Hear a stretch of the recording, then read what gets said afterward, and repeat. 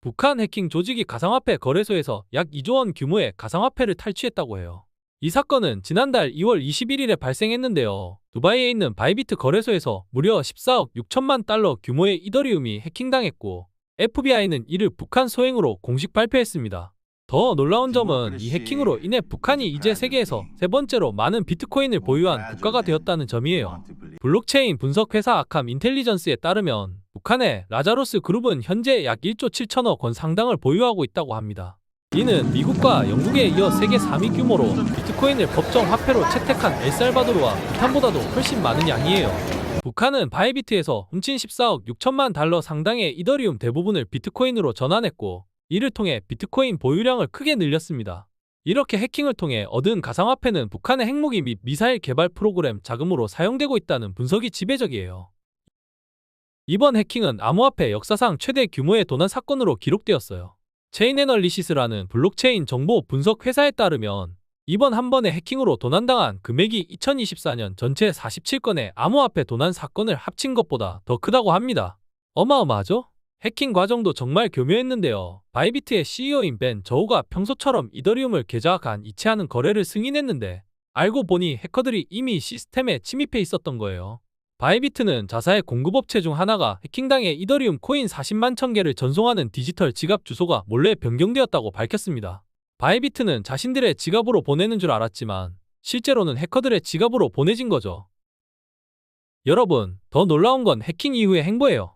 북한 해커들은 탈취한 가상화폐를 세탁하기 위해 수만 개의 계좌를 동원해서 6개월에서 2년 정도 세탁 과정을 거친다고 해요. 그리고 국제 수사망이 미치지 못하는 국가에서 현금화한다고 합니다. 암호화폐 분석 전문가인 톰 로빈슨 박사에 따르면 북한은 암호화폐를 세탁하는 능력이 범죄 조직 중에서도 단연 최고 수준이라고 해요. 그는 북한이 자동화된 도구와 풍부한 경험을 갖춘 전담팀을 운영하며 이들이 교대에 근무를 하면서 거의 24시간 내내 디지털 자산을 현금화하는 작업을 하고 있을 것이라고 추측했습니다. 실제로 해킹 후 48시간 만에 약 1억 6천만 달러가 불법 채널을 통해 세탁되었고, 2월 26일까지는 4억 달러 이상이 세탁되었다고 해요. 엘립틱의 조사 결과에 따르면 현재 도난당한 자금의 약 20%가 이미 암흑 속으로 사라졌다 라고 하니 회수 가능성이 매우 낮아 보입니다. 북한이 이런 일을 처음 한 건 아니에요. 국가안보전략연구원에 따르면 북한은 2017년부터 7년간 가상화폐 해킹으로 약 2조 원의 수입을 벌어들였다고 합니다. 2017년부터 2023년 사이에 북한은 58건의 사이버 공격을 감행했고, 주로 암호화폐 회사를 대상으로 약 30억 달러의 디지털 통화를 훔쳤다고 해요. 더 충격적인 건 북한의 비트코인 보유량이 미국, 영국에 이어 세계 3위라는 점이에요. 이렇게 모은 돈으로 뭘 하냐고요?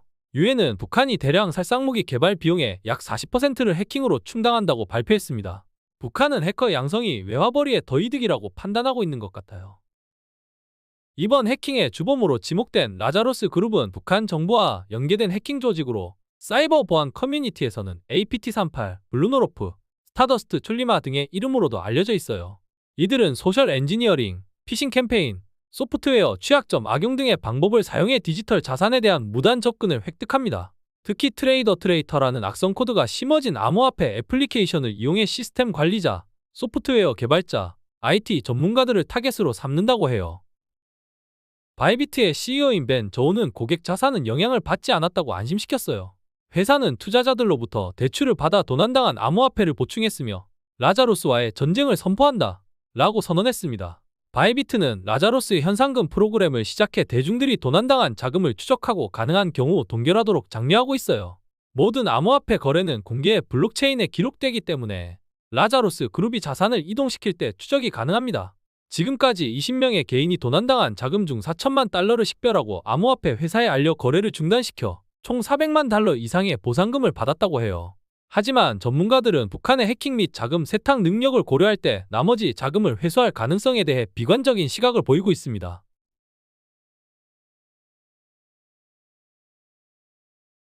이번 해킹 사건은 암호화폐 시장에 상당한 충격을 주었어요. 특히 트럼프 행정부가 암호화폐에 우호적인 태도를 보이며 업계 리더들이 디지털 통화에 대한 더 많은 투자를 촉진할 새로운 미국 규제를 옹호하고 있던 중요한 시점에 발생했거든요.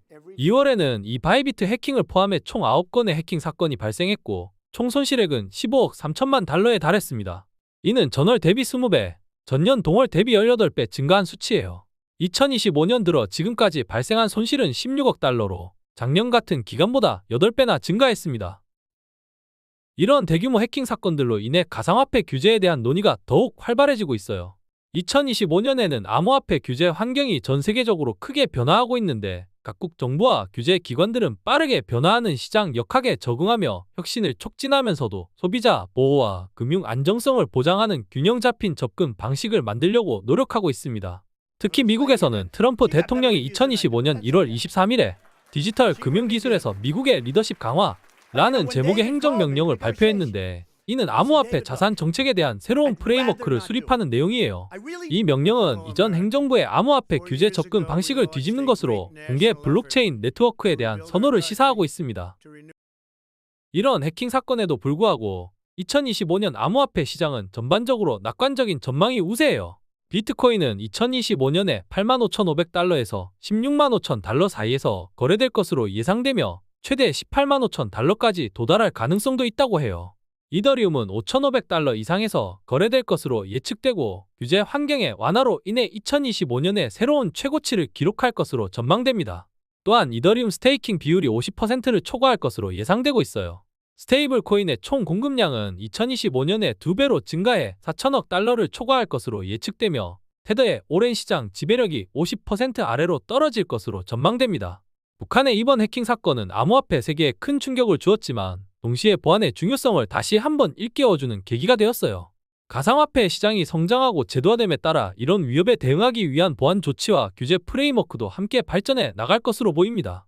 북한의 해킹 능력과 자금 세탁 기술은 정말 놀라울 정도로 발전했지만 국제사회의 협력과 블록체인 기술의 투명성을 통해 이런 위협에 대응할 수 있는 방법도 계속 발전하고 있어요. 앞으로도 암호화폐 시장의 동향과 보안 이슈에 대해 계속 관심을 가져주세요.